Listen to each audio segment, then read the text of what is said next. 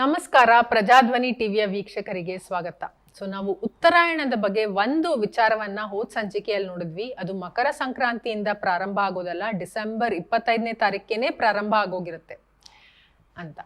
ಇವತ್ತಿನ ಸಂಚಿಕೆಯಲ್ಲಿ ಇನ್ನೊಂದು ವಿಷಯ ಉತ್ತರಾಯಣದ ಬಗ್ಗೆನೇ ಮಾತಾಡೋಣ. ಅದೇನು ಅಂದ್ರೆ, ನಾವು ಸಾಮಾನ್ಯವಾಗಿ ಕೇಳಿದ್ದೀವಿ, ಇದು ಮಹಾಭಾರತದಲ್ಲಿ ಖಂಡಿತ ಇದರ ಉಲ್ಲೇಖನೇ ಇದೆ. ಭೀಷ್ಮಾಚಾರ್ಯರು ಉತ್ತರಾಯಣ ಕಾಲಕ್ಕೆ ಕಾಯ್ತಾ ಇದ್ರು ಅವರ ದೇಹ ತ್ಯಾಗ ಮಾಡೋದಕ್ಕೆ ಅಂತ ನಾವು ಕೇಳಿದೀವಿ. ಅವರು ಬಾಣದ ಶಯದ ಮೇಲಿದ್ರೂ ಸಹ ಅವರು ಇಚ್ಛಾಮರಣೆಯಾಗಿದ್ರು. ಸೊ ಅವರು ಆ ಸಮಯವನ್ನ ಆಯ್ಕೆ ಮಾಡ್ಕೊಂಡಿದ್ರು, ಉತ್ತರಾಯಣ ಸಮಯವನ್ನ. ಸೊ ಹಾಗಾಗಿ ನಾವೇನ್ ಅನ್ಕೋತೀವಿ, ಉತ್ತರಾಯಣದಲ್ಲಿ ಯಾರಿಗೆ ಸಾವಾಗುತ್ತೋ ಅವ್ರಿಗೆಲ್ಲರಿಗೂ ಮೋಕ್ಷ ಸಿಗುತ್ತೆ ಅಂತ. ಇದು ನಿಜಾನಾ?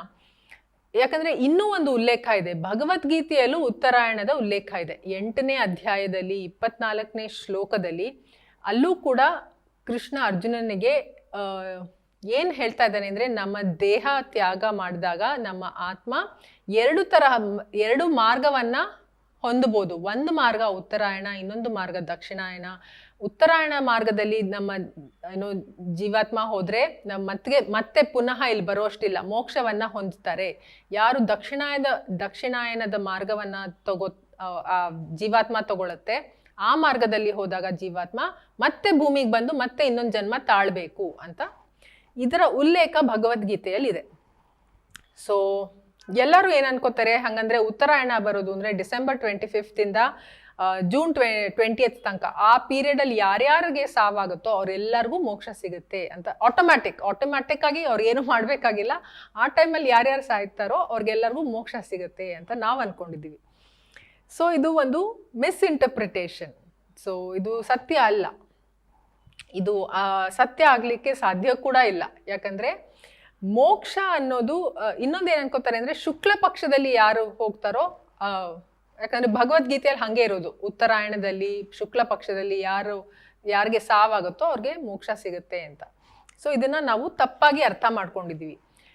ಈ ತರ ಸುಮಾರು ವೇದಿಕ್ ಗ್ರಂಥಗಳಲ್ಲಿ ಏನು ಹೇಳಿರ್ತಾರೆ, ಅವರು ಒಂದು ಆಳವಾದ ಅರ್ಥದಲ್ಲಿ ಹೇಳಿರ್ತಾರೆ. ಅದಲ್ಲದೆ ಸಂಸ್ಕೃತದಲ್ಲಿ ಒಂದೇ ಪದಕ್ಕೆ ಬೇರೆ ಬೇರೆ ಕಾಂಟೆಕ್ಸ್ಟ್, ಬೇರೆ ಬೇರೆ ಅರ್ಥಗಳಿರುತ್ತೆ.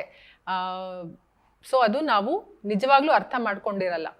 ಸೊ ಇದು ಯಾದಕ್ಕೆ ಕೃಷ್ಣ ಹೇಳ್ತಾ ಇರೋದು ಅರ್ಜುನನಿಗೆ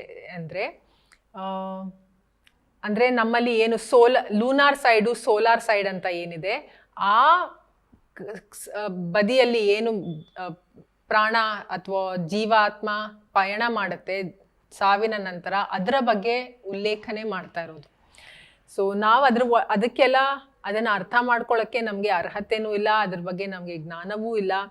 ಸೊ ಹೀಗಾಗಿ ಇದು ಕೃಷ್ಣ ಅರ್ಜುನನಿಗೆ ಹೇಳ್ತಾ ಇರೋದು. ಯಾಕೆ ಅಂದ್ರೆ ಅರ್ಜುನನಿಗೆ ಆಲ್ರೆಡಿ ಅದನ್ನ ಅರ್ಥ ಮಾಡ್ಕೊಳ್ಳೋಕ್ಕೆ ಒಂದು ಸಾಕಷ್ಟು ಎತ್ತರದ ಸ್ಥಿತಿಯಲ್ಲಿ ಇದ್ದಾನೆ. ಅವನ ಕಾನ್ಶಿಯಸ್ನೆಸ್ ಏನಿದೆ, ಪ್ರಜ್ಞಾ ಸ್ಥಿತಿ ಅರ್ಜುನನದ್ದು ನಮ್ಗಿಂತ ತುಂಬಾ ಎತ್ತರದ ಸ್ಥಾನದಲ್ಲಿದೆ.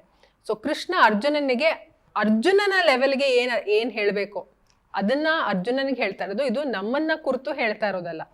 ಸೊ ಅದಕ್ಕೆ ಇದನ್ನ ನಮಗ್ ಬೇಕಾದಂಗೆ ನಾವು ಅದನ್ನ ಇಂಟರ್ಪ್ರಿಟ್ ಮಾಡ್ಕೊಂಡಿದೀವಿ ಅಷ್ಟೇ. ಅದನ್ನ ತಿರ್ಚಿ ಮರ್ಚಿ ನಮ್ಗೆ ಹೇಗೆ ಅರ್ಥ ಆಗುತ್ತೋ ಆ ಥರ ಮಾಡ್ಕೊಂಡಿದೀವಿ.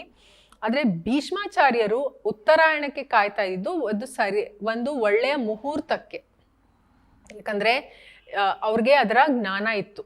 ಲೈಕ್ ಅವರ ಇಡೀ ಜೀವನವನ್ನ ತಗೊಂಡ್ರೆ ಅವರಲ್ಲಿ ಎಷ್ಟು ಜ್ಞಾನ ಇತ್ತು ಅಂದ್ರೆ, ಅವರು 800 ವರ್ಷ ಬದುಕಿದ್ದು ಭೀಷ್ಮಾಚಾರ್ಯರು. ಇದು ಮಹಾಭಾರತದಲ್ಲಿ ಉಲ್ಲೇಖ ಬರುತ್ತೆ. 800 ವರ್ಷದಲ್ಲಿ 520 ವರ್ಷ ಅವ್ರು ಬರೀ ಅಧ್ಯಯನ ಮಾಡಿದ್ದು. ಅಂದ್ರೆ ಅಷ್ಟು ಅವರು ಜ್ಞಾನದಲ್ಲಿ ಆಸಕ್ತರಾಗಿ ಅವರು ಜ್ಞಾನವನ್ನ ಸಂಪಾದನೆ ಮಾಡಿದ್ದವರು. ಸೊ ಅವ್ರಿಗೆ ಎಲ್ಲದರ ಜ್ಞಾನ ಇತ್ತು, ಇದ್ರದ್ದು ಜ್ಞಾನ ಇತ್ತು. ಸೊ ಅವರ ದೇಹ ಬಿಟ್ಟ ನಂತರ ಅವರ ಪಯಣ ಸುಲಭವಾಗಲಿ ಸರಾಗವಾಗಲಿ ಅಂತ ಅವರು ಒಂದು ಒಳ್ಳೆಯ ಮುಹೂರ್ತವನ್ನ ಆಯ್ಕೆ ಮಾಡ್ಕೊಳ್ಳೋಕೆ ಅವರು ಅದನ್ನ ಉತ್ತರಾಯಣದಲ್ಲಿ ಅವರು ಹೋಗ್ಬೇಕು ಅಂತ ಅವರು ಆಯ್ಕೆ ಮಾಡ್ಕೊಂಡಿದ್ದ ಕಾರಣ ಅದು. ಆದ್ರೆ ಇದರಲ್ಲಿ ಸತ್ಯ ಸಂಗತಿ ಏನು ಅಂದ್ರೆ, ಭೀಷ್ಮಾಚಾರ್ಯರು ಕೂಡ ಬರೀ ಮರಣದ ಮುಹೂರ್ತ ಆಯ್ಕೆ ಮಾಡ್ಕೊಳ್ಳೋದ್ರಿಂದ ಅವ್ರಿಗೆ ಸ್ವರ್ಗ ಸಿಗಲ್ಲ, ಮೋಕ್ಷ ಸಿಗಲ್ಲ. ಅದಕ್ಕೆ ಒಂದು ಪೂರ್ವ ಕರ್ಮವನ್ನ ಮಾಡಿರ್ಬೇಕು. ಅವ್ರ ಕರ್ಮವನ್ನೂ ಮಾಡಿ, ಸರಿಯಾದ ಕರ್ಮವನ್ನ ಮಾಡಿ ಅದರ ನಂತರ ಅವರು ಆ ಮುಹೂರ್ತವನ್ನ ಆಯ್ಕೆ ಮಾಡ್ಕೊಂಡಿರೋದು. ಸೊ ಆದ್ರೆ ನಾವೇನ್ ಮಾಡ್ತೀವಿ ಅಂದ್ರೆ ಬರೀ ಇಂಥ ಲೆಕ್ಕಾಚಾರವನ್ನ ಮಾತ್ರ ಮಾಡಿ ಓಕೆ ನಮ್ಗೆಲ್ಲ ಸಿಗುತ್ತೆ ಮೋಕ್ಷ ಅಂತ ನಾವ್ ಅನ್ಕೋತೀವಿ. ಸೊ ಕರ್ಮ ಮಾಡದೆ ಯಾರಿಗೂ ಮೋಕ್ಷ ಸಿಗಲ್ಲ. ಸೊ ಅದು ಖಂಡಿತವಾಗಿ ಬ್ರಹ್ಮಾಂಡದಲ್ಲಿ ಅದು ಕಾರ್ಯನಿರ್ವಹಣೆ ಆಗೋದೇ ಹಾಗೆ. ಸೊ ಯಾರು ಸರಿಯಾದ ಕರ್ಮವನ್ನ ಮಾಡಿ ತದನಂತರ ಅವ್ರಿಗೆ ಯಾವ ಜ್ಞಾನ ಬೇಕೋ, ಮರಣದ ಜ್ಞಾನ ಕೂಡ ಅವ್ರಿಗೆ ಬರುತ್ತೆ ಸರಿಯಾದ ಕರ್ಮವನ್ನ ಮಾಡಿದಾಗ. ಆವಾಗ ಮಾತ್ರ ಅದು ವರ್ಕ್ ಆಗತ್ತೆ. ಇಲ್ಲಾಂದ್ರೆ ನಮ್ಗೆ ಆತರ ವಿತೌಟ್ ಪ್ರೈಮರಿ ವರ್ಕ್ ಮಾಡದೆ ನಾವೇನು ಟರ್ಷರಿ ಸೆಕೆಂಡ್ರಿ ಎಲ್ಲ ಮಾಡಕ್ ಹೋಗ್ತೀವಿ, ಅದರಿಂದ ಏನು ವರ್ಕ್ ಗೊತ್ತಾಗಲ್ಲ. ಇಲ್ಲಿ ಆಕ್ಷನ್ ಇಸ್ ಪ್ಯಾರಮೌಂಟ್. ಅದು ನಾವು ಹಿಂದಿನ ಸಂಚಿಕೆಗಳಲ್ಲೂ ಹೇಳಿದೀವಿ. ಕರ್ಮವೇ ಪ್ರಧಾನ. ಅದನ್ನ ನಾವು ಬೇಸಿಕ್ಸ್ ಮೇಲೆ ಫೋಕಸ್ ಮಾಡಬೇಕು. ನಮ್ಗೆ ಹೇಗೆ ಬದುಕಬೇಕು ಅಂತಾನೆ ಇನ್ನು ಸರಿಗೆ ಗೊತ್ತಿಲ್ಲ. ಸೊ ಹೇಗೆ ಯಾವ ರೀತಿ ಸಾಯ್ಬೇಕು, ಯಾವ ಸಮಯದಲ್ಲಿ ಸಾಯ್ಬೇಕು, ಅದೆಲ್ಲ ನಮ್ಗೆ ಖಂಡಿತವಾಗಿ ಗೊತ್ತಿಲ್ಲ. ಅದಕ್ಕೇನೆ ಗುರುಕುಲದಲ್ಲಿ ಬರೀ ಬೇಸಿಕ್ಸ್ ಮೇಲೆ ಫೋಕಸ್ ಮಾಡ್ತಾ ಇದ್ದಿದ್ದು. ನಮ್ಮ ಹೇಗೆ ಬಾಡಿ ಪಾಸ್ಚರು, ಸ್ಪೀಚು, ಅದೆಲ್ಲ ಡಯಟು, ನೇಚರ್ ಕನೆಕ್ಟು, ಅದೇನೆ ಫಸ್ಟ್ ಬೇಸಿಕ್ಸ್ ಫೋಕಸ್ ಮಾಡ್ತಾ ಇದ್ದಿದ್ದು. ಈ ಬೇಸಿಕ್ಸ್ ಇಲ್ಲದೆ ನಾವು ಏನು ಸೆಕೆಂಡ್ರಿ ಟರ್ಷರಿ ನಾಲೆಡ್ಜ್ನ ಇಂಟರ್ಪ್ರೆಟ್ ಮಾಡಕ್ ಹೋಗ್ತೀವಿ. ಸೊ ಅದು ಮಿಸ್ರೆಪ್ರೆಸೆಂಟೇಷನ್ನೇ ಆಗೋದು, ಮಿಸ್ಇಂಟರ್ಪ್ರಿಟೇಷನ್ನೇ ಆಗೋದು. ಸೊ ಅದಕ್ಕೇನೆ ವೇದಿಕ್ ಸ್ಕ್ರಿಪ್ಚರ್ಸ್ನ ಇಂಟರ್ಪ್ರೆಟ್ ಮಾಡಬೇಕಾದ್ರೆ ಅಥವಾ ಟ್ರಾನ್ಸ್ಲೇಟ್ ಮಾಡಬೇಕಾದ್ರೆ ಅದನ್ನ ತುಂಬಾ ಸೂಕ್ಷ್ಮ ದೃಷ್ಟಿಯಿಂದ ಅದನ್ನ ನೋಡಬೇಕು. ಸುಮ್ಮನೆ ನಮಗೆ ಅದನ್ನ ಇಂಟರ್ಪ್ರೆಟ್ ಟ್ರಾನ್ಸ್ಲೇಟ್ ಮಾಡಲಿಕ್ಕೆ ಬರಲ್ಲ. ಸೊ ಇದನ್ನ ಹೇಳ್ತಾ ಇವತ್ತಿನ ಸಂಚಿಕೆಯಲ್ಲಿ ನಾವೇನ್ ಕಲ್ತ್ವಿ ಅಂದ್ರೆ, ಉತ್ತರಾಯಣದಲ್ಲಿ ಮರಣ ಹೊಂದಿದ್ರೆ ನಮ್ಗೆ ಖಂಡಿತ ಮೋಕ್ಷ ಸಿಗುತ್ತೆ ಅಂತ ಅರ್ಥ ಅಲ್ಲ. ಸೊ ಅದಕ್ಕೆ ಬೇರೆನೇ ಅರ್ಥ ಇದೆ.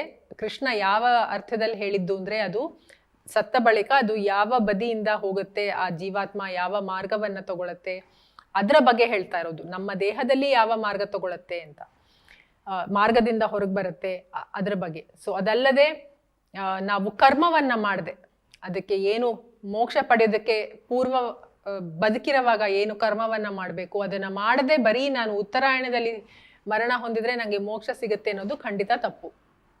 ಸೊ ಇದನ್ನ ಈ ಸಂಚಿಕೆಯಲ್ಲಿ ಅರ್ಥ ಮಾಡ್ಕೊಂಡ್ವಿ. ಮತ್ತೆ ಮುಂದಿನ ಸಂಚಿಕೆಯಲ್ಲಿ ಸಿಗೋಣ. ಧನ್ಯವಾದ.